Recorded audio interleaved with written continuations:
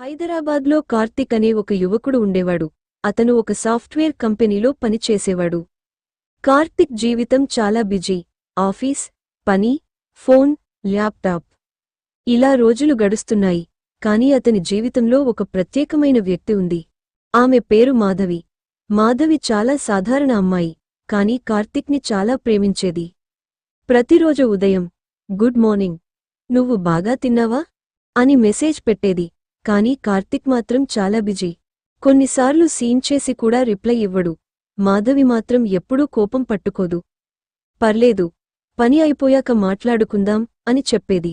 ఒకరోజు ఆ రోజు కూడా మాధవి మెసేజ్ పెట్టింది, ఈరోజు నీతో ఒక ముఖ్యమైన విషయానికి మాట్లాడాలి.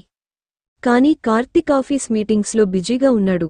సాయంత్రం మాట్లాడుకుందాం అని ఒక చిన్న రిప్లై ఇచ్చాడు. ఆ తర్వాత రాత్రి వరకు మాధవి నుంచి ఇంకో మెసేజ్ రాలేదు. కార్తిక్ కూడా పెద్దగా పట్టించుకోలేదు.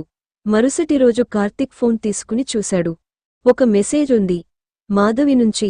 అది ఇలా ఉంది, నువ్వు ఎప్పుడూ బిజీగా ఉంటావని నాకు తెలుసు.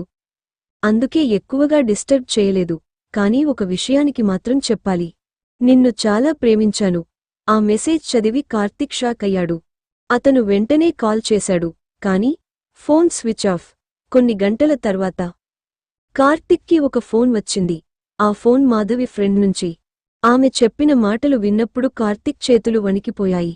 మాధవి ఆ రోజు ఉదయం ఒక ప్రమాదంలో చనిపోయింది. నిజం మాధవి చెప్పాలనుకున్న ముఖ్యమైన విషయానికి. ఆమెకు క్యాన్సర్ వచ్చింది. డాక్టర్లు చెప్పారు, ఆమెకి ఎక్కువ కాలం బ్రతకాదు. అందుకే చివరిసారి కార్తిక్ని చూసి అన్నీ చెప్పాలని అనుకుంది.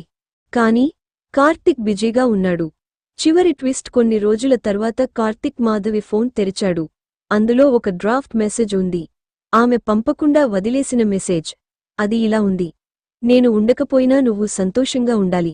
ఎందుకంటే నీ నవ్వు చూడటమే నా జీవితంలో పెద్ద సంతోషం. ఆ మెసేజ్ చదివినప్పుడు కార్తిక్ జీవితంలో మొదటిసారి ఫోన్ను గట్టిగా పట్టుకుని ఏడ్చాడు. కొన్ని మెసేజ్లు చదివే సమయం మనకి ఉంటుంది. కానీ ఆ మెసేజ్ పంపిన మనిషి మన జీవితంలో ఉండకపోవచ్చు.